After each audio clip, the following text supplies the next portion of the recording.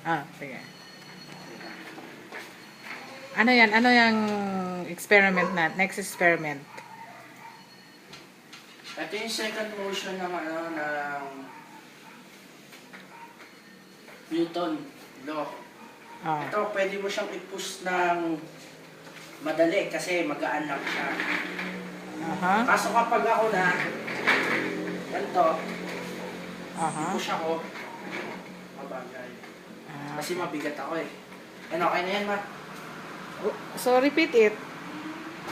So, ang ibig sabihin, Ito ang ibig sabihin nito, aha. kapag walang nakasakay, saka walang walang nakaupo, kapag pinush mo siya, diba ang gaan? Aha. Kaso, kung may nakaupong bagay, katulad na lang nito, Aha. ito,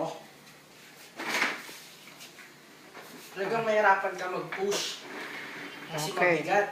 So, anong ibig sabihin ng law na yan? Ito Meaning? ang Newton's second law motion. Ah, okay.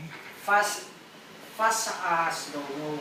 Ah, Para bang accelerator saka velocity. okay. Ay, tapos na. Third naman. That's the second experiment. So, what is the third? Ayun lang, hinanap ko pa nga eh.